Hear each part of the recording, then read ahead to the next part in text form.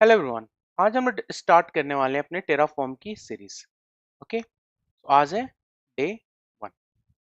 सबसे पहले हमें ये समझना होगा टेराफॉर्म से पहले कि आईएसी होता क्या है। IAC basically stand for infrastructure as code. Okay, full form IAC का क्या है? Infrastructure as code. बेसिकली हमारे पास दो ऑप्शंस हैं किसी भी इंफ्रा को क्रिएट करने के। अगर मैं आपसे ये बोलूं कि मुझे 10 वर्चुअल मशीन एज्योर में बनाना है तो आप क्या करोगे?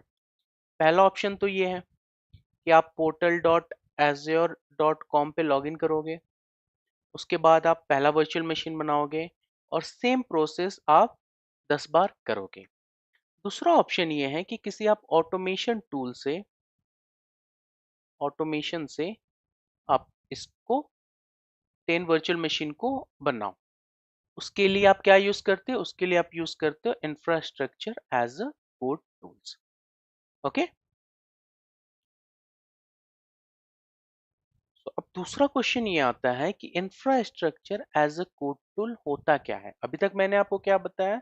मैंने आपको इसका फुल फॉर्म बताया है कि इंफ्रा आईएसी का फुल फॉर्म क्या है? Infrastructure as code. होता है आईएसी का पहला काम होता है प्रोविजनिंग ऑफ इंफ्रास्ट्रक्चर और दूसरा होता है मैनेजिंग। प्रोविजनिंग मीन्स मैंने आपको बोला है कि 10 वर्चुअल मशीन बनाने हैं तो आप क्या करोगे? यूजिंग आईएसी आप 10 वर्चुअल मशीन बनाओगे। ओके, दूसरा एक काम ये हो सकता है कि आपने 10 वर्चुअल मशीन बना दिया है। ओके, अब मैं आपको बोल रहा हूँ कि इसमें आपको टैग्स भी अपडेट करना है। मतलब आपने जब वर्चुअल मशीन बनाया है उस समय कोई टैग अपडेट नहीं किया है, आपको क्या करना है? टैग अपडेट करना है। वो किस में आ जाएगा? वो बेसिकली आपके आ जाएगा ऑप्शन मैनेजिंग द इंफ्रास्ट्रक्चर। सो दोनों चीजें आपका provisioning and managing of the infrastructure आपका आईएसी के थ्रू होता है। ओके, तो अब इसका बेनिफिट क्या है? आप क्यों पढ़ोगे? मतलब आईएसी टूल के बारे में आप क्यों पढ़ोगे? तो पहला बेनिफिट तो मैंने आपको बता दिया इन टर्म्स ऑफ ऑटोमेशन। जहां पे भी ऑटोमेशन आता है, गुड टू से speed of infra deployment will be fast. Okay, दूसरा बेनिफिट ये होगा कि अगर मैं ये 10 वर्चुअल मशीन बनाता हूँ, चांसेस हैं कि 9 वर्चुअल मशीन में एकदम सही बनाऊंगा, बट लास्ट मेरा जो वर्चुअल मशीन होगा 10th वर्चुअल मशीन, उसमें मैं कुछ एरर कर सकता हूँ। आई एम जस्ट सेइंग कि ऐसा हो सकता है। आई वुड से कि अगर आप बहुत ज़्यादा टैलेंटेड हो तो आप 10 के 10 वर्चुअल मशीन बनाओगे बिना किसी एरर के। But person like me who is trying to create the resources 10 time, तो मैं ये कह रहा हूँ कि chances of human error, I would say chances of human error is one typo. Chances of human errors are high if we are doing through the manual process। अगर यही काम अगर आप ऑटोमेशन के थ्रू करते हो तो ये चांसेस बहुत कम हो जाते हैं। अगर आप मैनुअल करते हो तो इसके चांसेस बहुत ज़्यादा हाई होते हैं। तीसरा होता है वर्जन कंट्रोल। सो वर्जन कंट्रोल क्या होता है? मैं यही कहूँगा कि जैसे आपका गिट होता है और आप कह लो गिटहब होता है, ये सब वर्जन कंट्रोल के अंदर आते हैं। इसके रिगार्डिंग हमारा डेडिकेटेड सेशन है। ओके, कि वर्जन कंट्रोल क्या होता है, हम अपने कोड को कैसे वर्जनिंग के थ्रू, आई से गिट के थ्रू लिखेंगे और उसको पुश करेंगे I say in our remote repository called GitHub. Okay, अगर आप मैनुअली अगर अपने रिसोर्स को क्रिएट करते हो तो आप वर्जन कंट्रोल नहीं कर सकते हो।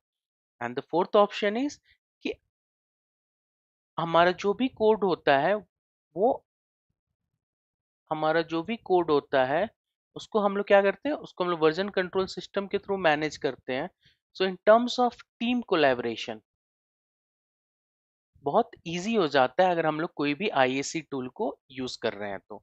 इसको इसके रिगार्डिंग भी जो चौथा ऑप्शन मैंने डिस्कस किया है, इसके रिगार्डिंग भी हमारा एक डेडिकेटेड सेशन होगा, जहां हम लोग ये समझेंगे कि इजी कोलैबोरेशन क्या फायदा है। लाइक अगर मैं आईएसी टूल की तरफ मूव कर रहा हूँ, तो हमें क्या फायदा है कि हमारा easy collaboration with in team होगा, और आई वुड से वर्जनिंग हो जाएगा। चांसेस ऑफ ह्यूमन एरर्स, ये तो आपको 100% मेक सेंस करता है कि अगर आप कोई काम अगर मैनुअल प्रोसेस के थ्रू कर रहे हो, तो एरर होने के चांसेस हैं। स्पीड, डेफिनेटली अगर कोई चीज़ को आप ऑटोमेशन कर रहे हो, तो definitely in terms of manual process के कंपैरिजन में वो फास्ट होगा। बचे हुआ जो दो ऑप्शन है, उसके रिगार्डिंग हम लोग एक डेडिकेटेड सेशन लेंगे आगे, और उसमें हम लोग डिस्कस करेंगे कि हमारा आईएसी वर्जन कंट्रोल सिस्टम से कैसे इंटीग्रेट कैसे इंटीग्रेटेड है और कैसे हमारा काम करता है। ओके, तो अभी तक हमने क्या समझा? अभी तक हमने यही समझा कि किसी भी इंफ्रा को क्रिएट करने का पहला ऑप्शन तो हमारे पास मैनुअल है, और दूसरा ऑप्शन हमारे पास ऑटोमेशन का है, और उस प्रोसेस को इंफ्रास्ट्रक्चर एज अ कोड कहते हैं। ओके, और इंफ्रास्ट्रक्चर एज अ कोड के क्या बेनिफिट है? In terms of speed, means terms of deployment, chances of human errors are less. The third one is version control, and the fourth one is team collaboration. Okay, so हमारा and गोल क्या है? मतलब अगर हमारे पास cloud vendor है, आई would से अगर मेरे पास एज्योर है, तो यहाँ पे भी मुझे इंफ्रा क्रिएट करना है। अगर मेरे पास AWS है, मुझे यहाँ पर भी इंफ्रा क्रिएट करना होगा। और मैं ये कहूँ कि मेरे पास गूगल क्लाउड है। Okay, I am working as a cloud engineer. Okay, so Azure के पास उसका खुद का आईएसी टूल है, उसे कहते हैं क्लाउड फॉर्मेशन, सॉरी उसे कहते हैं ARM। लेट मी, उसे कहते हैं ARM टेम्पलेट, और एक नया टूल आया हुआ है उसे कहते हैं bicep. In terms of AWS, इसके पास भी एक टूल है खुद का, उसको कहते हैं क्लाउड फॉर्मेशन। ओके, उसे कहते हैं क्लाउड फॉर्मेशन। और तीसरा जो है गूगल क्लाउड, इसके पास खुद का एक टूल है, उसे कहते हैं डिप्लॉयमेंट मैनेजर। ओके, कहने का मतलब ये है, अगर आप एज्योर इन्वायरमेंट में काम कर रहे हो, तो आप ARM या बाइसेप के थ्रू आप आईएसी का काम कर सकते हो। सेम चीज अगर आप AWS इन्वायरमेंट में काम कर रहे हो, तो आप क्लाउड फॉर्मेशन के थ्रू आईएसी का काम कर सकते हो। इन टर्म्स ऑफ GCP में अगर आप काम कर रहे हो, तो आप डिप्लॉयमेंट मैनेजर के थ्रू कर सकते हो। बट प्रॉब्लम ये है कि किसी भी एक कंपनी में एक क्लाउड वेंडर नहीं होता है, और उससे मल्टीपल क्लाउड वेंडर्स होते हैं। अगर आप एज्योर में अगर आज काम कर रहे हो, अगर आपका 80% वर्कलोड एज्योर में है, और 20% वर्कलोड आई वुड से आपकी AWS में है, तो आप एज्योर वाला आप बाइसेप में लिखोगे, और फिर AWS वाले को आप जाकर क्लाउड फॉर्मेशन में लिखोगे। ओके, तो एक ये चैलेंज है। तो बेटर ऑप्शन क्या है कि क्यों ना हमारे पास एक ही आईएसी टूल हो, और उस टूल से हम लोग अपने सारे इंफ्रा को डिप्लॉय कर सकें। तो उसका आंसर ये है हमारे पास, उसका आंसर है हमारे पास टेराफॉर्म। ओके, अगर आप टेराफॉर्म में कोडिंग करते हो, you are good to create a resource in Azure, in AWS, in Google cloud, और इसके अलावा बहुत सारे अदर वेंडर्स हैं जिनको टेराफॉर्म सपोर्ट करते हैं। जैसे आप क्यूबरनेटिस में काम कर रहे हो, आप टेराफॉर्म के थ्रू कोड लिख सकते हो। आप हेल्म में काम कर रहे हो, आप टेराफॉर्म के थ्रू कोड लिख सकते हो। आप OCI में काम कर रहे हो, ओरेकल क्लाउड में, तो आप टेराफॉर्म में कोड लिख सकते हो। आप अलीबाबा में काम कर रहे हो, तो आप टेराफॉर्म के थ्रू कोड लिख सकते हो। ऐसा ही नहीं है कि बस इतने ही रिसोर्सेज हैं, अभी इसमें मल्टीपल वेंडर्स हैं जो टेराफॉर्म सपोर्ट करता है। ओके, सो अब दूसरा क्वेश्चन मन में ये आता है कि एग्जैक्टली कि टेराफॉर्म है क्या? अभी तक तो यही समझ में आया, आईएसी टूल हमारे पास बहुत सारे हैं, लाइक हमारे पास ARM टेम्पलेट है, क्लाउड फॉर्मेशन है, डिप्लॉयमेंट मैनेजर है, बट हमारे पास एक और आईएसी टूल है, टेराफॉर्म। ओके, अभी तक का अगर आप मुझसे कंक्लूजन पूछो, तो इसका मतलब तो यही है कि हमारे पास एक आईएसी टूल होता है। आईएसी टूल किसके लिए यूज होता है? हमारे ऑटोमेशन के लिए यूज होता है। ठीक है, और ऑटोमेशन के लिए यूज होता है, तो हमारे पास जितने भी मेजर क्लाउड वेंडर हैं, उनके पास 1-to-1 मैपिंग है अपने आईएसी का। बट वन स्टॉप सॉल्यूशन क्या है? हमारे पास टेराफॉर्म। तो अब हमें ये समझना है कि टेराफॉर्म क्या है। ओके, सो टेराफॉर्म अभी तक के समझ में तो यही है कि टेराफॉर्म एक आईएसी टूल है।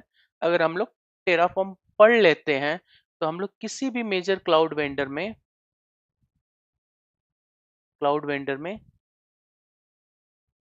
कोडिंग कर सकते हैं, मीन्स अपना इंफ्रा क्रिएट कर सकते हैं। ओके, सो टेराफॉर्म बेसिकली एक ओपन सोर्स टूल है। अभी इसको आईबीएम ने ओन किया हुआ है। ओके, इसकी पेरेंट कंपनी कौन सी है? इसकी पेरेंट कंपनी आईबीएम है। अब सबसे इंपॉर्टेंट चीज हमें ये जानना होगा कि कोई प्री रिक्विजिट है क्या, मतलब ऐसा कुछ है क्या कि मुझे, जैसे हम लोग कॉलेज के टाइम में पाइथन पढ़ते थे, जावा पढ़ते थे या सी प्लस प्लस पढ़ते थे, तो हम लोग जब सी प्लस प्लस पढ़ने जाते थे तो हम लोग से कहा जाता था कि पहले आप सी पढ़ो, सी पढ़ने के बाद सी प्लस प्लस पढ़ो, सी प्लस प्लस के बाद आप जावा पढ़ो। और पाइथन में ये कहते हैं कि पाइथन के लिए कोई प्रीरिक्विजिट नहीं है, आप डायरेक्टली पाइथन भी डायरेक्टली पढ़ सकते हो। ऐसा कुछ आपको सी से सी प्लस प्लस और सी प्लस प्लस से जावा पढ़ने की जरूरत नहीं है। In terms of IAC means in terms of our Terraform, ऐसा कोई prerequisite है क्या? The answer is no. आपको बस वही टूल आना चाहिए। जैसे अभी मान लो मैं Azure environment में काम कर रहा हूँ, ठीक है। अब मुझे क्या करना है? अब इसके लिए मुझे IAC implementation करना है, मतलब कोड लिखना है in Terraform। तो मुझे बस एज्योर आना चाहिए। टेराफॉर्म पढ़ने के लिए आपका बस एक ही प्रीरिक्विजिट है, जिस लैंग्वेज में आप उसको इम्प्लीमेंट करने वाले हो, जिस प्रोवाइडर के लिए आप इम्प्लीमेंट करने वाले हो, वो आपको आना चाहिए। ओके, अगर आप गूगल क्लाउड के प्लेटफॉर्म से हो, ओके, और अगर आप टेराफॉर्म पढ़ रहे हो, तो टेराफॉर्म पढ़ने के लिए आपका प्री रिक्विजिट यही है कि आपको गूगल क्लाउड आना चाहिए। ऐसा नहीं है कि आपको टेराफॉर्म पढ़ने के लिए आपको सबसे पहले पाइथन सीखना होगा या जावा सीखना होगा या कोई भी कोडिंग लैंग्वेज आना चाहिए। ऐसा कुछ भी नहीं है। In terms of logic also it is a straightforward language कि आपको जावा के एज ए डेवलपर आपको माइंडसेट होना चाहिए। No, the answer is no. You are good to learn and explore the Terraform. हाँ, इसका बस एक ही प्री रिक्विजिट है कि मान लो अभी मैं टेराफॉर्म पढ़ रहा हूँ, ठीक है। अब मैं इस कोर्स में क्या करूंगा, मैं एज्योर के थ्रू आपको पढ़ाने वाला हूँ। तो आपको एज़्योर पता होना चाहिए तो आप टेराफॉर्म सीख सकते हो। अगर आपको एज़्योर ही नहीं पता है तो एज़्योर का इम्प्लीमेंटेशन मैं किस चीज़ में करूँगा? टेराफॉर्म में करूँगा। अगर आप एडब्ल्यूएस के बैकग्राउंड से हो तो आपको एडब्ल्यूएस पता होना चाहिए तो आप टेराफॉर्म सीख सकते हो। ओके, अभी तक हमने यही सीख अभी तक हमने क्या जाना है? अभी तक हमने बेसिकली अपने आईएसी के बारे में जाना है। देन हम इसको और नैरो डाउन किया है, टेराफॉर्म के बारे में जाना है। टेराफॉर्म से क्या बेनिफिट्स हैं, क्या प्रीरिक्विजिट्स हैं, और व्हाट इज टेराफॉर्म। ओके, अब हमें दूसरी चीज ये जानना होगा कि कैटेगरीज क्या होते हैं आईएससी के। ओके, इंटरव्यू में जनरली लोग पूछ लेते हैं what are the categories of ISC. So basically हमारे पास दो कैटेगरीज हैं आईएससी की। One it is called as infrastructure orchestration tools, और दूसरा जो होता है उसको हम लोग बोलते हैं कॉन्फ़िगरेशन मैनेजमेंट टूल्स। ओके, तो इंफ्रास्ट्रक्चर ऑर्केस्ट्रेशन टूल्स जो भी अभी तक हमने डिस्कस किया है कि हमारे एज्योर में क्या है, क्लाउड सॉरी एज्योर में बाइसेप है, और हमारे पास एआरएम टेम्पलेट है, और एडब्ल्यूएस में क्लाउड फॉर्मेशन है। मैं बार बार उल्टा बोल दे रहा हूँ। और गूगल क्लाउड में क्या है, डिप्लॉयमेंट मैनेजर, और हमारे पास क्या है, टेराफॉर्म। तो ये सारे जो टूल्स होते हैं वो बेसिकली किस चीज में आते हैं? वो सारे टूल्स हमारे आते हैं इंफ्रास्ट्रक्चर ऑर्केस्ट्रेशन टूल्स के अंदर आते हैं। अब दूसरा जो पार्ट है जो आईएसी के अंदर ही आता है वो होता है आपका कॉन्फ़िगरेशन मैनेजमेंट टूल्स। सो कॉन्फ़िगरेशन मैनेजमेंट टूल्स क्या होता है वो हम लोग थोड़ी देर में डिस्कस करते हैं। बट कॉन्फ़िगरेशन मैनेजमेंट टूल्स में हमारे पास है Ansible, okay, chef and puppet. अब हमें ये जानना होगा कि हमने आईएसी को दो भाग में क्यों डिवाइड किया है। ओके, अगर आपने एंसिबल के बारे में सुना होगा या शेफ के बारे में सुना होगा एंड पपेट के बारे में, सो ये तीनों लैंग्वेजेस जो हैं वो कॉन्फ़िगरेशन मैनेजमेंट टूल्स के अंदर आते हैं। और जो दूसरा पार्ट है आईओटी वाला, मींस इंफ्रास्ट्रक्चर ऑर्केस्ट्रेशन टूल, ये आपके इसमें आता है आपका जैसे मैंने बोला है, ARM template, bicep, cloud formation, deployment and Terraform. तो इस चीज को समझने के लिए मैं आपको एक एग्जांपल देता हूँ, ठीक है। इस एग्जांपल में मैं करना क्या है, हमारे पास 10 वर्चुअल मशीन है, ठीक है। हमें ये 10 वर्चुअल मशीन पहले बनाना है, मतलब we have to create 10 virtual machine. और जैसे ही हमारा 10 वर्चुअल मशीन बन जाएगा, उसमें हमें nginx इंस्टॉल करना है। मीन्स पहले तो हमें वर्चुअल मशीन बनाना होगा, और दूसरा हमें क्या काम करना है, जैसे ही हमारे 10 वर्चुअल मशीन बन जा रहे हैं, उसमें हमें अपना nginx इंस्टॉल करना है। सो ये जो बनाने का जो प्रोसेस होता है, ये हमारा IoT के अंदर आता है, इंफ्रास्ट्रक्चर ऑर्केस्ट्रेशन टूल्स। इसमें क्या होगा, हमारा इंफ्रास्ट्रक्चर बनेगा, और जैसे ही हमारा इंफ्रास्ट्रक्चर बन जाएगा, उसके अंदर हमें क्या करना है, some set of software install करना है, जैसे nginx। तो वो किस में अंदर आता है, वो हमारा कॉन्फ़िगरेशन मैनेजमेंट टूल्स के अंदर आता है, ओके। और दोनों मिलकर हमारे क्या हो जाते हैं, IAC। तो infrastructure as a code is equal to infrastructure orchestration tools plus configuration management tools. और IoT में सबसे फेमस हमारे पास क्या है, टेराफॉर्म। और कॉन्फ़िगरेशन मैनेजमेंट टूल में हमारे पास सबसे फेमस क्या है, एंसिबल है, ओके। मैं फिर से बोलता हूँ, अगर आपको कोई भी इंफ्रा क्रिएट करना है, तो आप क्या यूज करोगे, आप टेराफॉर्म यूज करोगे, मीन्स IoT टूल्स यूज करोगे। और जैसे ही आपका इंफ्रा क्रिएट हो गया है, अब आपके उसके अंदर, मतलब ये वर्चुअल मशीन में बना लिया है, अब इसके अंदर में क्या करना है, सम सेट ऑफ सॉफ्टवेयर को ऐड करना है। तो उसके लिए हम लोग कौन सा टूल यूज करने वाले हैं, उसके लिए हम लोग टूल यूज करने वाले हैं एंसिबल। और दोनों को मिला के हमारे क्या बनता है, IAC। इस कोर्स में हम लोग बेसिकली फोकस करने वाले हैं टेराफॉर्म पे, end to end, means from day one, I would say till day 12 we are going to focus on what, on Terraform part only। ये कोर्स कंप्लीट होने के बाद मैं एंसिबल का कोर्स लाऊंगा, बट बेसिकली हमारे पास जो फेमस है, इफ यू अगर आप कंपेयर करो टेराफॉर्म और एंसिबल में, टेराफॉर्म ज़्यादा यूज होता है इन कंपैरिजन टू एंसिबल, क्योंकि एंसिबल में बेसिकली हम कॉन्फ़िगरेशन तक ही लिमिटेड है, but Terraform is widely used, और उसके अंदर बहुत सारे प्रोवाइडर्स हैं। प्रोवाइडर्स कुछ भी नहीं होते हैं, बेसिकली उन्हें वेंडर कहा जाता है। वो हम लोग कल डिस्कस करेंगे कि वेंडर्स और प्रोवाइडर्स में क्या डिफरेंस है। सो कहने का मतलब यही है कि टेराफॉर्म हमारा इंफ्रा क्रिएट करेगा, शायद मैं चौथी पांचवी बार बोल रहा हूँ, बट बहुत ही जरूरी है जानना कि टेराफॉर्म का काम होता है हमारा इंफ्रा क्रिएट करना। लेकिन हमारा इंफ्रा क्रिएट करने के बाद उसका कॉन्फ़िगरेशन का जो काम होता है, वो एंसिबल के थ्रू होता है। बट सबसे इंपॉर्टेंट चीज ये भी हमें जानना होगा, ऐसा नहीं है कि टेराफॉर्म जो काम करेगा 100%, वो काम आपका एंसिबल नहीं कर सकता है, और जो काम आपका एंसिबल कर रहा है, वो काम आपका 100% टेराफॉर्म नहीं कर सकता है। समथिंग लाइक दिस, अगर आप ये सर्कल बोलो कि ये मेरा टेराफॉर्म का है, और ये सर्कल बोलो आप मेरे, सॉरी, मेरे बैड ड्राइंग के लिए, एंसिबल का है, तो कुछ ऐसे एरिया हैं जहां पर टेराफॉर्म भी आप यूज कर सकते हो और आप एंसिबल भी यूज कर सकते हो। बट मतलब वही है कि अगर आप कोई भी इंफ्रा क्रिएट कर रहे हो, तो better to go for Terraform. उसके अपने बेनिफिट्स हैं, आने वाली वीडियोस में हम लोग डिस्कस करेंगे क्या क्या बेनिफिट्स हैं। अगर आप कॉन्फ़िगरेशन के लिए यूज कर रहे हो, तो आप एंसिबल यूज करो, ओके। सो अभी तक हमने बेसिकली डिस्कस कर लिया कि भैया IAC होता क्या है, IAC से हमें बेनिफिट्स क्या हैं, IAC के टूल्स क्या हैं, IAC के टाइप्स क्या हैं। और उसमें हमें ये पता चला कि टेराफॉर्म एक इंफ्रास्ट्रक्चर ऑर्केस्ट्रेशन टूल्स है, और वो सबसे ज़्यादा फेमस है हमारे इंफ्रा को क्रिएट करने के लिए, और इसीलिए हम लोग टेराफॉर्म पढ़ने वाले हैं, ओके। अब दूसरा चीज़ ये आता है कि हमको टेराफॉर्म पढ़ने के लिए हमें कौन कौन सी टूल्स की ज़रूरत होगी। सो टेराफॉर्म पढ़ने के लिए हमें 3 टूल्स की ज़रूरत होगी। पहला तो हमारा वो जहाँ पर हम कोड लिखेंगे, वो है हमारा विजुअल स्टूडियो कोड। दूसरा हमारा होगा टेराफॉर्म CLI। टेराफॉर्म CLI क्यों होगा, क्योंकि जो भी हम लोग कमांड लिखेंगे, उसके लिए हमें टेराफॉर्म CLI चाहिए होगा। तीसरा हमारे पास क्या होगा, एज्योर CLI, ओके।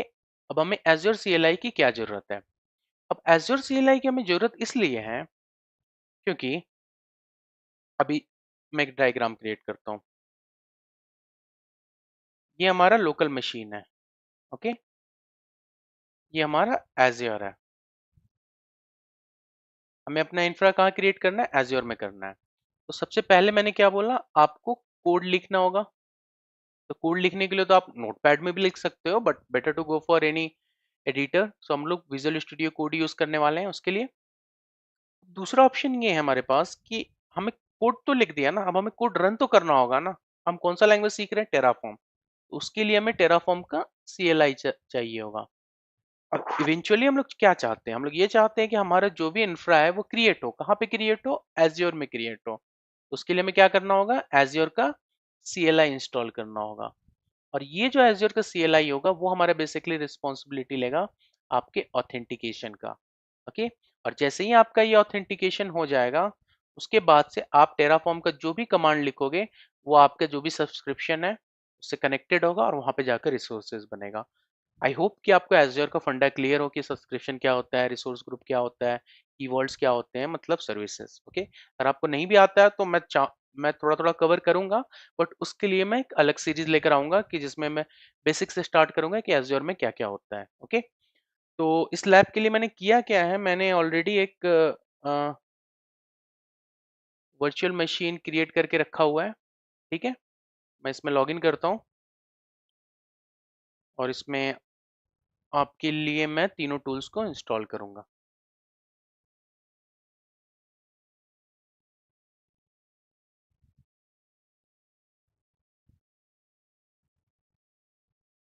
सॉरी, मैं दूसरे स्क्रीन पे काम कर रहा था।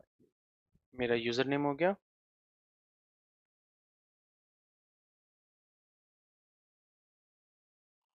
I'm good to say yes। तो अभी लॉगिन हो रहा है।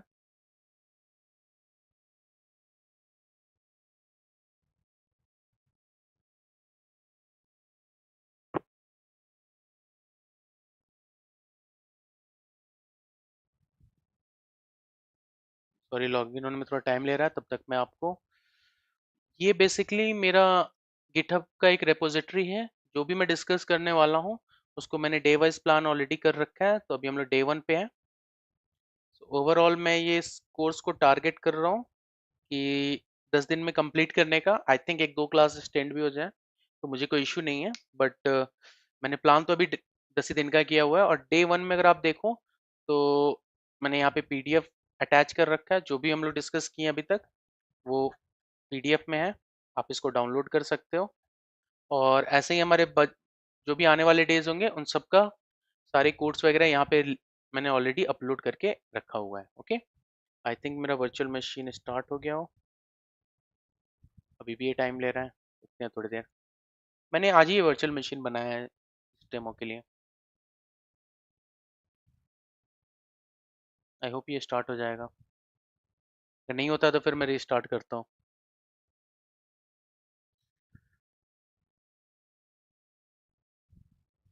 तो बेसिकली मैं ये कह रहा था कि जो भी हम लोग डिस्कस करने वाले हैं, आपको बस एक ही चीज का फोकस करना है। जब भी मैं क्लास में पढ़ा रहा हूँ आप बस अभी क्लास पे फोकस करो, और जैसे ही क्लास खत्म हो जाएगा आप इस गिटहब URL पे जाना, आप यहाँ पे कोड डाउनलोड करना, और फिर आप वीडियोस के रेफरेंस के थ्रू आप ये कोड रन कर सकते हो। और अब कोई भी चैलेंजेस वगैरह आते हैं, कोई ऐसा कोई इश्यूज आता है कि आप समझ नहीं पाते हो, तो बेसिकली आप कमेंट्स में लिख दो, मैं उसको जल्द से जल्द रिजॉल्व करने की कोशिश करूंगा। ठीक है, आई थिंक ये अभी स्टार्ट हो गया हो। हाँ चलिए, अभी ये स्टार्ट हो गया है। सो मैंने सबसे पहले माइक्रोसॉफ्ट एज ओपन किया। Start without your data, confirm, continue, continue without your Google data, confirm and start browsing. तो मैंने सबसे पहले बोला था कि मैं क्या करने वाला हूँ, विजुअल स्टूडियो कोड डाउनलोड करने वाला हूँ। जब आप लोग डाउनलोड करने जाओगे तो आपको दो ऑप्शन दिखेगा, एक पहला वाला ये और दूसरा वाला ये जरूरत नहीं है, आपको बस ये ब्लू वाले को डाउनलोड करना है। ओके, आप क्लिक कर लो डाउनलोड पे। सो हम लोग विंडोज यूज कर रहे हैं तो हम लोग विंडोज पे क्लिक करेंगे। तो ये डाउनलोडिंग प्रोसेस स्टार्ट हो गया है। एक काम करते हैं, तीनों को पहले डाउनलोड कर लेते हैं, उसके बाद से फिर आगे का देखते हैं, मीन्स इंस्टॉलेशन देखते हैं। Terraform CLI download.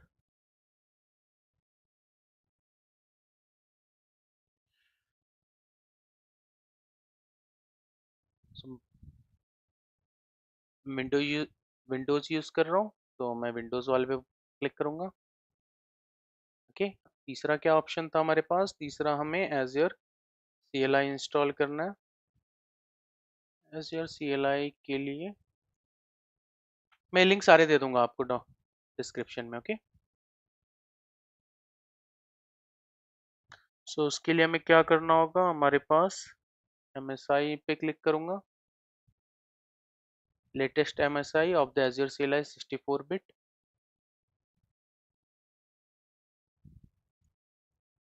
ये डाउनलोड हो रहा है।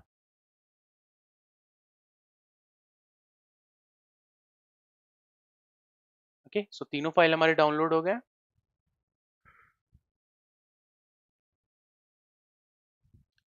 तो सबसे पहले मैं विजुअल स्टूडियो कोड करने वाला हूँ इंस्टॉल। इस पर क्लिक करता हूँ।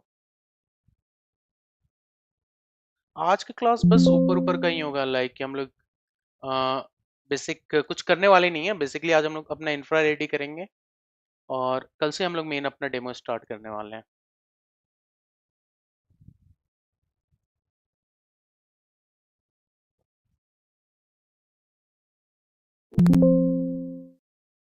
ये थोड़ा टाइम तो लगेगा, 1 मिनट के राउंड लगेगा इसके इंस्टॉल होने में।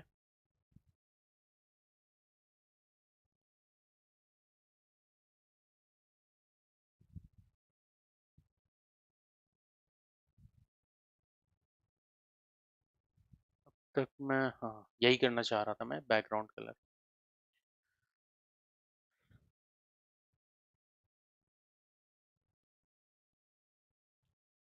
तो अभी हमने किया क्या? अभी हमने पहला विजुअल स्टूडियो कोड को इंस्टॉल कर लिया।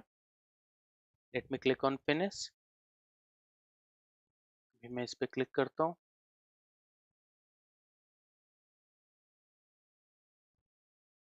ओके, अब इसमें हम लोग कुछ एक्सटेंशन भी डाउनलोड कर लेते हैं। मैं आपको दो एक्सटेंशन रिकमेंड करूंगा। पहला आपका टेराफॉर्म का। ओके, हैशिकॉप टेराफॉर्म, आप ये डाउनलोड कर लो। अब इसका फायदा क्या है? बेसिकली जब आप कोड वगैरह लिखोगे तो उसमें आपका एक्सटेंशन काफी हेल्प करता है। और दूसरा मैं बोलूंगा एज्योर का आप कर लो, क्योंकि हम लोग एज्योर ही यूज करने वाले हैं। अगर आप AWS के बैकग्राउंड से हो तो आई वुड रिकमेंड कि आप सीरीज देख लो, बट आपके लिए इतना फायदेमंद नहीं होगा। अगर आप एज्योर के बैकग्राउंड से हो या आप एज्योर सीख रहे हो तो आपके लिए फायदा होगा, क्योंकि मैं through out this series azure का ही करने वाला हूँ। मे बी AWS के लिए मैं एक दूसरा सीरीज लेकर आऊँ अगले मंथ, बट अभी मेरा मेन फोकस एज्योर पे ही है। ओके, कि मैंने दोनों एक्सटेंशन डाउनलोड कर लिए। इसका फ़ायदा क्या है? इसका फ़ायदा ये है कि जब भी आप कोड वगैरह लिखोगे तो उस समय एक्सटेंशन काफ़ी हेल्पफुल होते हैं। बट और भी हैं इसके बेनिफिट्स, मैं आपको बाद में डिस्कस करूंगा। तो हमने पहला काम कर लिया, हमारा विजुअल स्टूडियो कोड हो गया।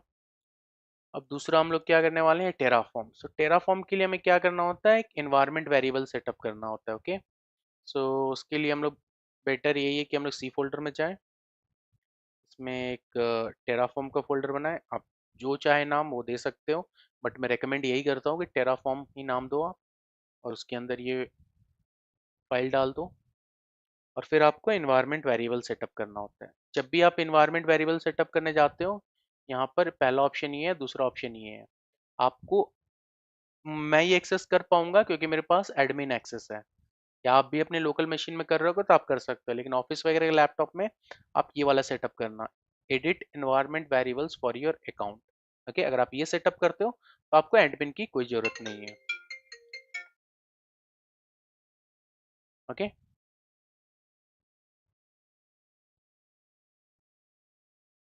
सो मैं पाथ पे जाता हूँ, एडिट पे क्लिक करूंगा, फिर ब्राउज पे। मैंने कहाँ पर ये इसको सेटअप किया है?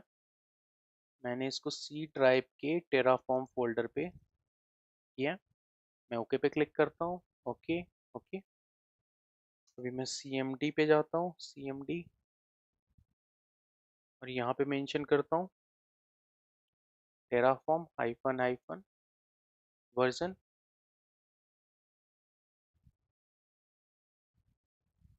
देख, ये मेरा टेराफॉर्म का वर्जन शो कर रहा है कि मैंने कौन सा वर्जन इंस्टॉल किया है। इसका मतलब ये हुआ कि हमने टेराफॉर्म अपने मशीन में इंस्टॉल कर लिया है। अब तीसरा टूल क्या था हमारा? तीसरा जो हमारा टूल था वो था वर्चुअल सॉरी एज्योर CLI, ये रहा। एज्योर CLI को हमें इंस्टॉल करना होगा।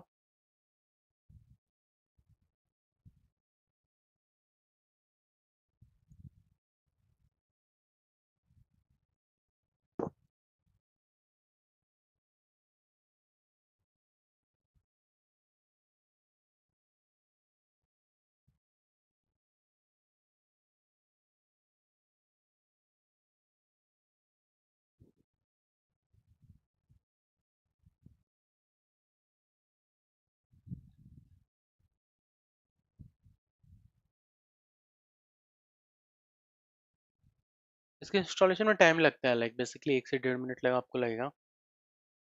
आपको बस नेस्ट नेस्ट करना होता है और वेट करना होता है, और कुछ इसमें कुछ लॉजिक नहीं है। अगर अभी मैं आपके CMD में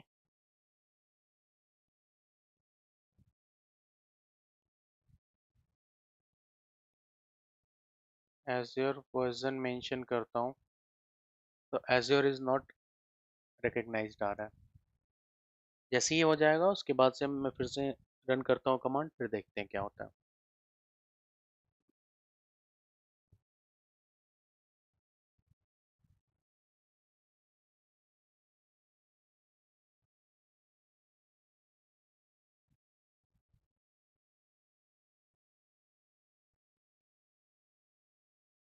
काफी ज्यादा समय लग रहा है। बेसिकली 1 मिनट में हो जाता है। मैं जानबूझकर ये स्टॉप नहीं कर रहा हूँ ताकि आप लोगों को भी पता चले, क्योंकि कितने लोग ऐसे होते हैं जो ज़्यादा टाइम लग रहा है तो ये बोलेंगे अरे यार मेरे सिस्टम में कोई इशू है क्या, या वो बीच में ही कैंसिल कर देंगे, फिर से ट्राई करेंगे। सो देखिए, 1 से 1.5 मिनट लगा और ये इंस्टॉल हो गया। मैं फिनिश पे क्लिक करता हूँ। हाँ, अभी मैं फिर से इस पे एज्योर वर्जन करूंगा तो ये नहीं आएगा। तो जब भी आप कोई भी सॉफ्टवेयर वगैरह इंस्टॉल करते हो तो आप नया CMD मेंशन करो और फिर आप यहाँ मेंशन करो। जब आप नया सेशन लोगे तभी इसका आउटपुट आएगा। अभी क्या आ रहा है, ये Azure is not recognised. Okay, मैं इजी लॉगिन करता हूँ।